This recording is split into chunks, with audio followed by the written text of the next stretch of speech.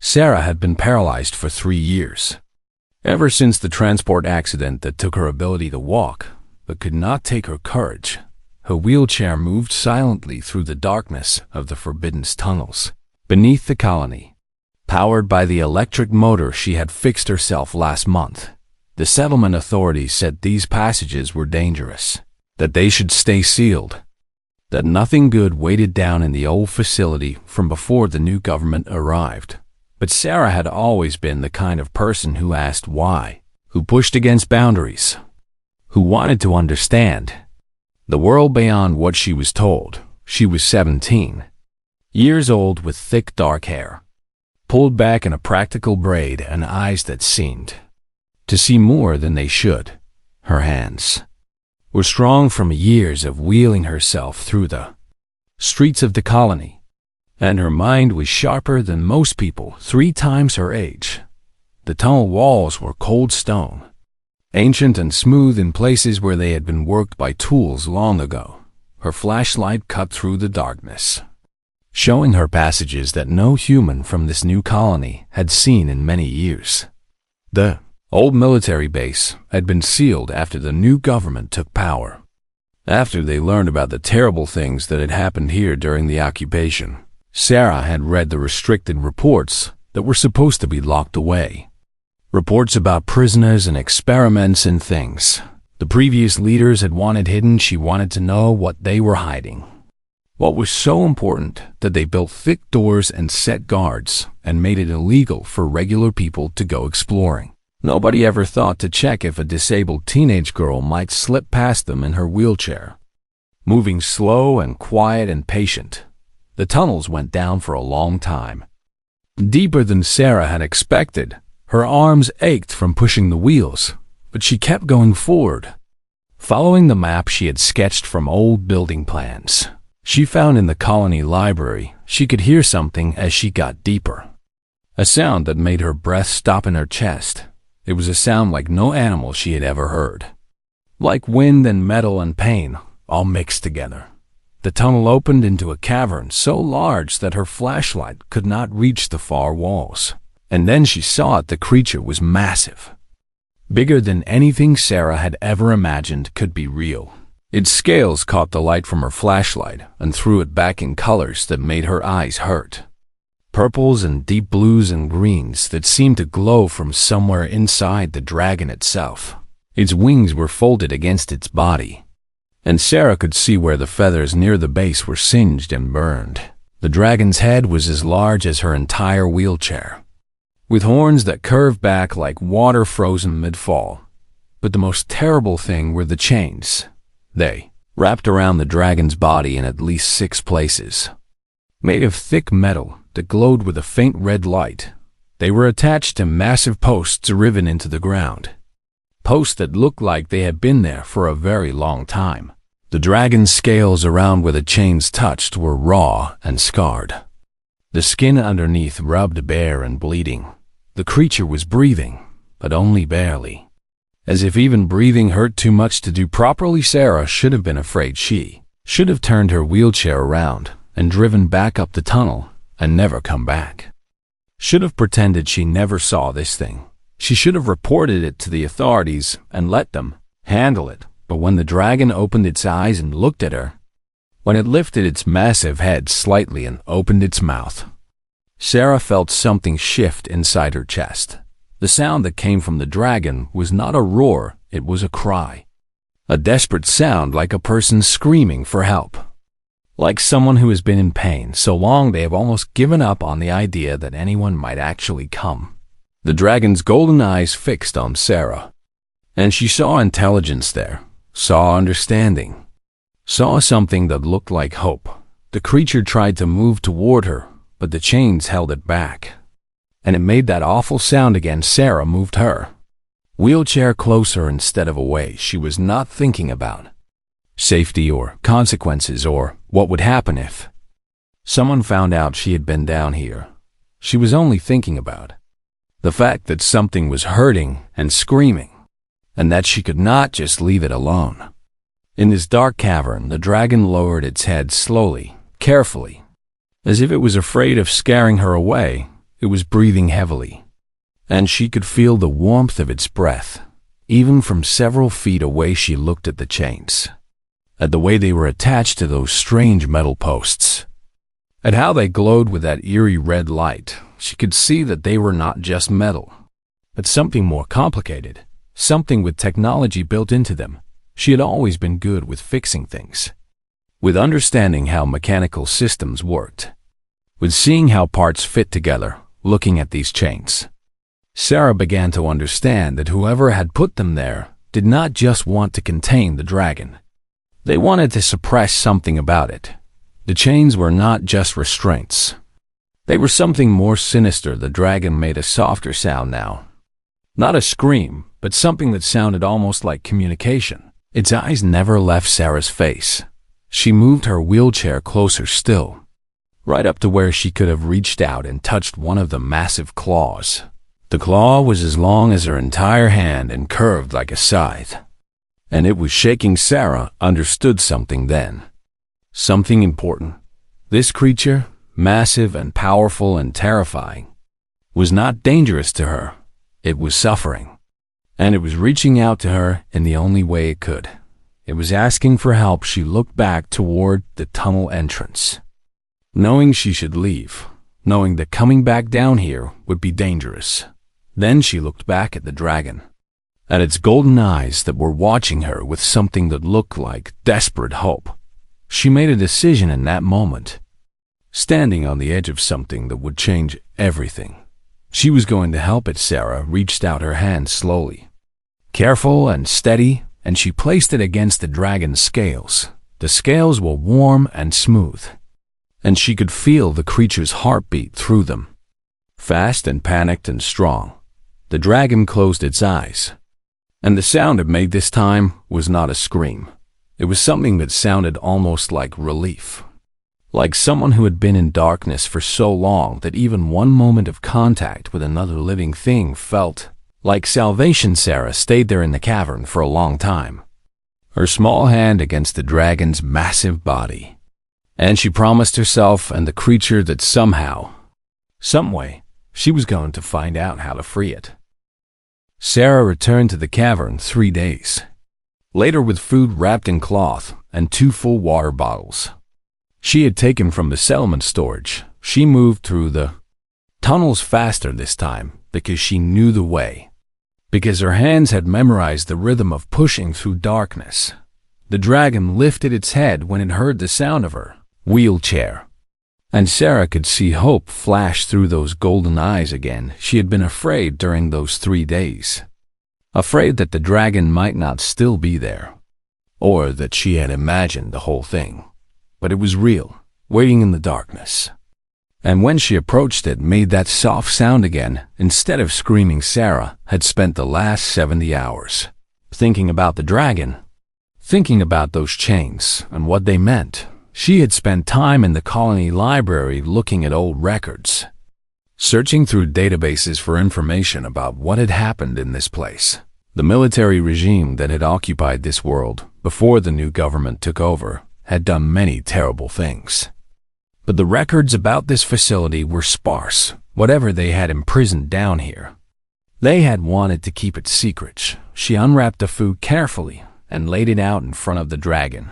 It was meat from the settlement stores, and fresh vegetables and bread she had baked herself. The dragon looked at the food with a kind of desperate hunger, but it did not immediately eat. Instead, it made sounds. Low rumbling sounds that seemed to come from deep inside its chest.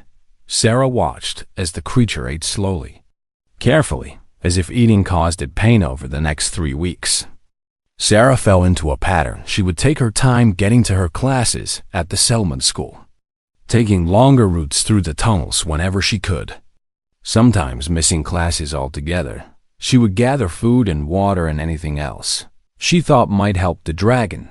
She would spend hours in the cavern, sometimes talking to the creature about her life and her thoughts and her dreams. The dragon would listen, and over time Sarah began to understand that it was not just listening. It was communicating back to her. The dragon's name was Kale, something it conveyed to her through a series of sounds and gestures, and something else. Something that felt almost like communication in her mind itself. Kale had been part of a peaceful diplomatic mission.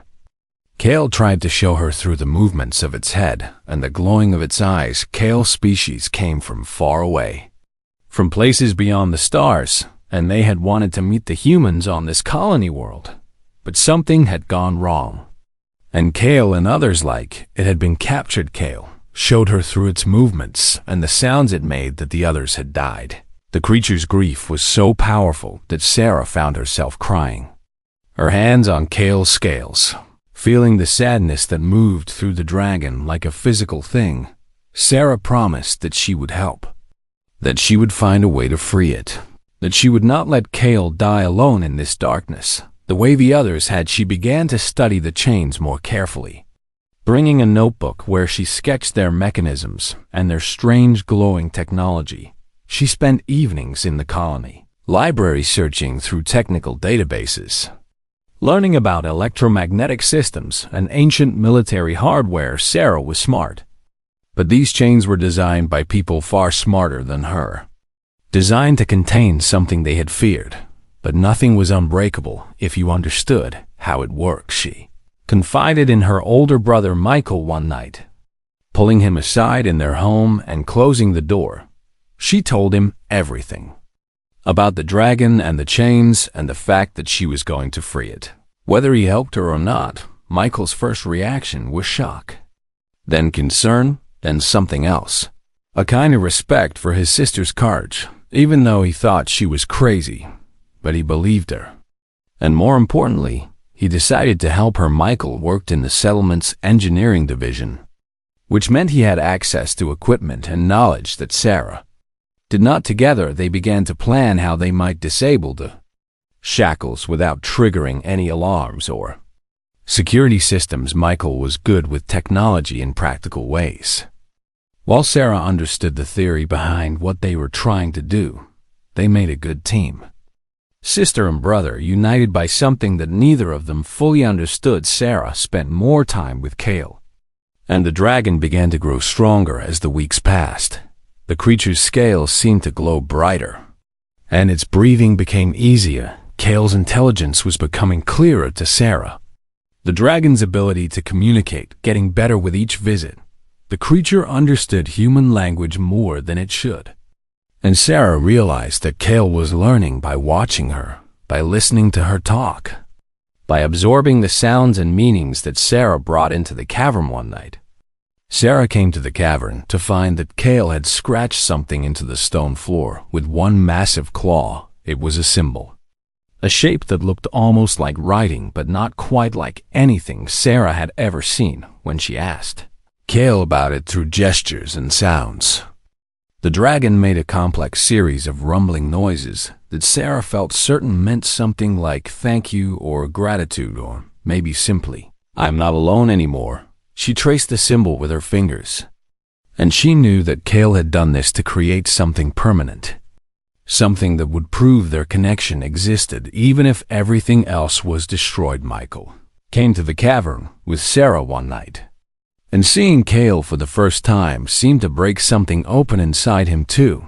The dragon was gentle with Michael, lowering its head and making soft sounds, and Michael placed his hand against Kale's scales, the same way Sarah had. The three of them, a paralyzed girl and a colony engineer and an alien dragon imprisoned for years, stood together in the darkness and understood that they would do this together, that they would find a way. They set a date for 3 weeks away, enough time for Michael to gather the tools they would need and for Sarah to study the shackle mechanisms one more time. They would go into the cavern and they would free Kale, and they both knew that when they did, their lives would never be the same. There would be no going back, no returning to normal, no pretending they had never seen what they had seen. But neither of them wanted to go back. Sarah sat against Kale's warm body in the darkness of the cavern on her last night before the plan, and the dragon rested its great head near hers. The creature's breathing was steady and strong, and Sarah could feel the power in it now. The strength that had been suppressed for so long, Kale was growing stronger every day. And soon the dragon would be free, and Sarah, in helping Kale, would find a kind of freedom that she had never imagined possible. The night came that changed everything. Sarah and Michael entered the cavern together just after midnight. When the settlement above was sleeping, Michael carried tools in a heavy pack on his back, devices he had carefully taken from the engineering facility where he worked. Sarah had her notebook with all the sketches and calculations she had done over the past 3 weeks. The plans for disabling the chains one by one. Kale was awake and waiting, as if the dragon had known this was the night, as if something inside the creature could sense that freedom was coming. They started with the chain on the dragon's right foreleg, the one that seemed the least connected to the primary mechanism that controlled all the others. Michael worked carefully, using tools and equipment that Sarah could barely understand, even though she had spent weeks studying how these systems worked. The glowing red light from the chains cast strange shadows on the cavern walls as they worked. Sarah watched the tunnel entrance, listening for any sound that might mean someone had discovered what they were doing. Every small noise from above made her heart jump into her throat. But they kept working. Michael's hands moved with precision and confidence, even in the dim light. He was good at what he did, better than Sarah had imagined, his engineering training giving him an instinctive understanding of how the shackle mechanisms could be manipulated. He worked slowly and carefully, mindful that any mistake could trigger an alarm that would bring the settlement authorities down on top of them. Hours passed, and sweat dripped down both their faces from the tension and the effort. The first chain came free with a sound like breaking glass, a sharp snapping noise that echoed through the cavern. All 3 of them froze, expecting alarms, expecting shouts from the tunnels above, but nothing came. Kale made a sound that was almost a roar, a cry of pain and joy and relief that was so loud Sarah thought for certain they had been discovered. She reached up and placed her hand on the dragon's neck, trying to calm it, trying to keep Kale from making more noise. The dragon seemed to understand, seemed to force itself to be quiet, even though its whole body was shaking with emotion. They moved to the second chain, this one attached to the dragon's back leg. This one was more complicated, and it took even longer to disable. Michael worked methodically, Sarah handing him tools when he needed them, both of them moving with the precision of people who understood they were running out of time.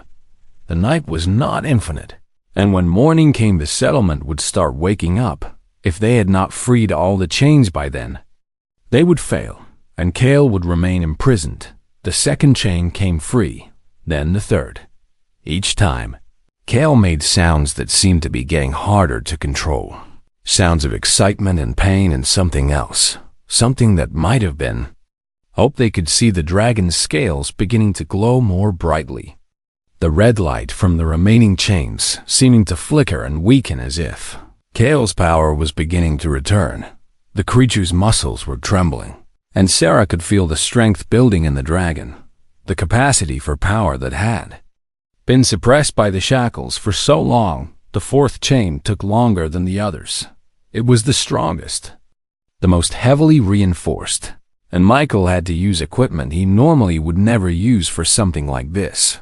The tools sparked and hissed, and Sarah could smell something burning, something that made her lungs hurt to breathe. But Michael did not stop.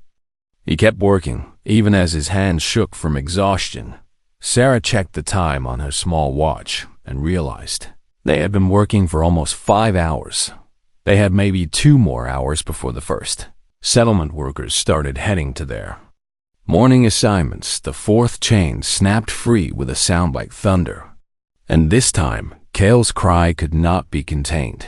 The dragon screamed, a sound so powerful and so loud that Sarah felt it in her bones, that it seemed to shake the very stones of the cavern around them. The sound echoed up through the tunnels, and Sarah knew, absolutely knew, the people above had heard it. But she did not stop. Michael did not stop, and Kale did not pull back. All 3 of them were committed now. There was no turning back. They raced to the 5th chain, and the sixth, working faster now. No longer careful and methodical, because there was no more time for care. Michael's hands moved almost without thinking, muscle memory taking over where precision no longer mattered. The chains came free one after another, and with each one, Kale's glow grew brighter. The dragon's scales began to shine with colors that seemed to contain entire galaxies. Purples and blues and greens mixing with golds and silvers. Kale's wounds were beginning to heal themselves, the raw skin mending before their eyes. The burns from the chains fading. The final chain took only minutes. When it fell away, Kale threw back his massive head and roared. A sound that came from the very heart of what the dragon was. A sound of freedom and pain and joy, all mixed together. The dragon's wings expanded suddenly, feathers spreading and growing stronger. Even as they watched, Kale's power had been fully restored. The suppression from the chains completely undone. The dragon was whole again, was truly itself. For the first time in over 5 years, Kale turned to look at Sarah and Michael, and the gratitude in the dragon's golden eyes was so overwhelming that Sarah found tears running down her face. The creature lowered its great head and breathed warm air across both of them. And it made a sound that was quieter now, but more powerful somehow. A sound that seemed to acknowledge what had happened here. The dragon then turned to the cavern entrance and spread its wings, ready to fly up and out into the night. Sarah reached out one more time and placed her hand against Kale's warm scales. And she felt the dragon's gratitude flow through her like electricity. Michael was already moving toward the tunnel, Sarah wheeling after him as fast as she could above them. They could hear sounds of confusion and concern, people waking up and coming out of their homes behind them. Kale made a final sound, a call that seemed to shake the entire cavern, and then the dragon was gone, disappearing into the night sky above the settlement. Sarah and Michael made it back to the tunnels, just as the first search parties were starting to form, just as the first questions were being asked, and they both knew that in a matter of hours, everything was going to change. By morning, the entire settlement knew that something had happened in the old facility beneath their homes. The cavern had been discovered. The destroyed shackles and broken chains found. The massive claw marks showing where something immensely powerful had escaped. The authorities sealed off the tunnels and launched an investigation, questioning people, looking for anyone who might have had access to the facility. Sarah knew it was only a matter of time before they came to her. She was sitting in the settlement's main government building when the guards came to collect her. Her mother and father stood nearby, confused and frightened, asking questions that no one seemed able to answer. Sarah was calm when they brought her into the interrogation room, calm when they showed her pictures of the cavern and the chains, calm when they asked her if she knew anything about what had happened. She did not answer any of their questions. She simply waited. Michael was brought in separately, and she heard later that he had cracked almost immediately, telling the authorities everything about the dragon and their plan. But by then, Sarah had already decided what she was going to say, and nothing Michael told them changed what she was going to do. The settlement council called an emergency meeting, and Sarah was brought before them with her hands bound. She could see people she had known her whole life sitting in the chairs that lined the council chamber. People who had taught her in school and sold her things in shops and pretended to be her friends. The council leader, a man named Director Hayes, looked at her with something like disappointment. He asked her directly if she had anything to say before they decided on her punishment. Sarah looked around the room and she began to speak. She told them about finding Kale in the cavern, about the creature's intelligence and its pain, about how she had realized that they were holding a conscious being imprisoned in darkness. She told them about the chains, about how she had studied them and understood that they were designed not just to contain but to suppress, to strip away the dragon's power and keep it helpless. She told them that what they were defending was a crime against another intelligent species. The council began to interrupt her, to tell her that the dragon was dangerous, that it was alien and potentially a threat to the settlement. Sarah raised her voice and kept speaking. Refusing to be silenced, she told them that Kale had never shown her aggression, that the dragon had only ever been gentle, despite the pain and the imprisonment. She told them that if the previous military government had done this, then the previous military government had committed an act of slavery and cruelty, that the new government was now defending her words spread through the settlement like fire. People who had been listening outside the council chamber shared what she said with others. And within hours, the whole colony was talking about what had happened, about the imprisoned dragon, about whether humanity had the right to hold another intelligent species captive. The division among the people was immediate and profound. Some supported the council, saying that aliens were dangerous and unknowable, and that keeping them contained was prudent. Others listened to Sarah's account and felt shame at what their colony had been doing. The council voted to place Sarah under arrest, to charge her with sabotage and endangering the colony, and a dozen other charges. But even as the guards were moving forward to take her away, someone in the crowd of observers stood up and spoke. Then another person stood, and another. More than half the people in the council chamber were standing, refusing to accept the decision, demanding that Sarah be heard, that the colony have an honest discussion about what had really happened.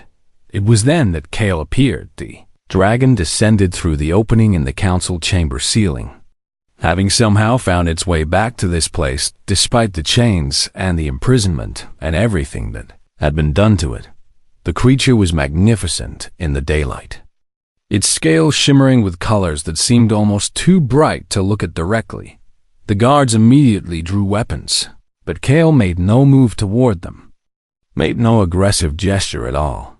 Instead, the dragon focused its golden eyes on the council, on Director Hayes, on all the people who had known about the imprisoned creature and had done nothing. Michael came forward then, carrying a device he had constructed in secret, a translation system that allowed Kale's sounds to be converted into words that humans could understand. The dragon spoke, and its voice came through the device. Words spoken in simple and clear human language. Kale told them about the diplomatic mission, about the peaceful intentions of the dragon's people, about how they had come only to meet the humans and to establish trade and understanding. Kale told them about the imprisonment, about the pain and the loneliness, and the years of hope that someone might come to help. The dragon's words were more powerful than anything Sarah or Michael could have said. Kale spoke directly to the people of the settlement, asking them to consider what kind of civilization they wanted to be. Did they want to be people who imprisoned other intelligent beings?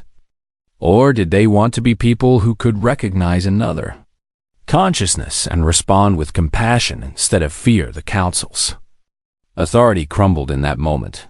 Directors and council members began arguing with each other, some defending their decision to keep the dragon imprisoned, others horrified by what had been done in their name. The people of the settlement were divided but vocal, and it became clear that the old leadership could not hold power any longer. Kale's presence and honesty had changed something fundamental in how people understood what had been happening beneath their feet. Sarah was released from her bonds by someone in the crowd, freed by people who had made the decision that what she had done was right. Michael stood beside Kale now, his hand on the dragon's scales, and the three of them looked out at the chaos and confusion of the settlement, beginning to reckon with the truth. The authorities tried to reassert control, tried to arrest them all, but too many people were unwilling to let that happen. Sarah had become a symbol of moral courage in the face of institutional wrong, and the people of the settlement would not allow that symbol to be silenced. Kale had proven itself to be something more than a monster, and in doing so had forced the entire colony to confront what they had become. The weeks following Kale's revelation were transformative for the settlement and for Sarah herself. The council was reformed with new leadership that was committed to justice and truth. An investigation was launched into what else the previous military government might have hidden, and shocking discoveries were made. There were reports of other alien species that had been captured, of whole civilizations that had suffered at the hands of human occupation. Humanity's crimes against the innocent were being dragged into the light. And while it was painful, it was necessary. Michael worked with Kale to establish a more formal system of communication, refining the translation device so that the dragon's words could be heard by anyone. Kale chose to stay in the settlement, choosing to act as a bridge between the humans and the dragon's people. The dragon had been hurt deeply by what had been done to it, but Kale possessed a kind of grace that allowed forgiveness to happen. That allowed the possibility of a new beginning. The dragon worked with the new council, sharing knowledge about peaceful coexistence and trade and mutual. Understanding Sarah's life changed in ways that surprised her. She became an unofficial advisor to the settlement leadership, her moral clarity and courage giving weight to her voice. In discussions about how humanity should move forward, people listened to her, not because she was famous, but because she had been willing to stand alone for what was right. Her paralysis became almost irrelevant in the minds of the people around her, because everyone understood that her real strength came from her mind and her character. Her wheelchair became simply a chair, not a limitation, not a barrier, just a tool that allowed her to move through the world one day. Several months after Kale's freedom, Michael came to her with information about her condition. There was medical technology available in the settlement, technology that the previous government had kept restricted and classified. This technology could potentially restore her ability to walk, could potentially repair the spinal damage from her accident. Sarah listened carefully to what he told her, understanding the implications. The previous administration had known that such healing was possible and had deliberately withheld it from the population. Sarah took 3 days to think about whether she wanted to undergo the treatment. She spent time with Kale, talking to the dragon about what it meant to want to be fixed, to want to change something fundamental about yourself. Kale understood in a way that few others could. Having just regained the dragon's own power after years of suppression, the dragon told her that the choice was hers, that Sarah was strong whether she walked or not, that she deserved the chance to experience everything that life could offer in the end. Sarah chose to undergo the treatment, not out of shame for her paralysis, not out of a desire to be normal, but out of curiosity and a want to experience something new. The treatment took weeks, and it was painful and difficult. But gradually her legs began to respond again. The damaged nerves slowly repaired themselves. The muscles slowly remembered how to contract and move on. The day she took her first steps, it was not on her own, but with Kale beside her, the dragon's massive body there to steady her. The settlement was transformed as well. Trade agreements were established with Kale's people, and representatives from the dragon's civilization began to arrive. The humans learned from the dragons, and the dragons learned from the humans, and both species found value in the exchange. Other discoveries were made. Other alien species that had suffered under human occupation were contacted and invited to meet. The colony became a place of bridges instead of walls, a place where different species could work together for mutual benefit. Sarah walked now, shakily but with determination, her legs still rebuilding their strength after so long without use. She walked beside Kale, and the dragon had become her closest friend. The creature still stood taller than buildings, still possessed power that could reshape landscapes, but it had chosen gentleness. Kale had chosen to work for peace rather than to seek revenge, and in doing so had become the most respected being in the settlement. When the delegation of dragons arrived for the formal peace talks, they came from across the stars to meet with the humans. It was Sarah and Kale who greeted them, standing together on the landing platform where the ships touched down. Sarah's legs were still not fully strong, and she used a cane to help herself move. But there was power in her stance anyway. Kale stood beside her, and the two of them represented something new, a future that nobody would have predicted just months before the elder dragons bowed to Kale, acknowledging the dragon's sacrifice and wisdom, acknowledging the way that Kale had chosen redemption over bitterness. Then, one by one, they turned to Sarah.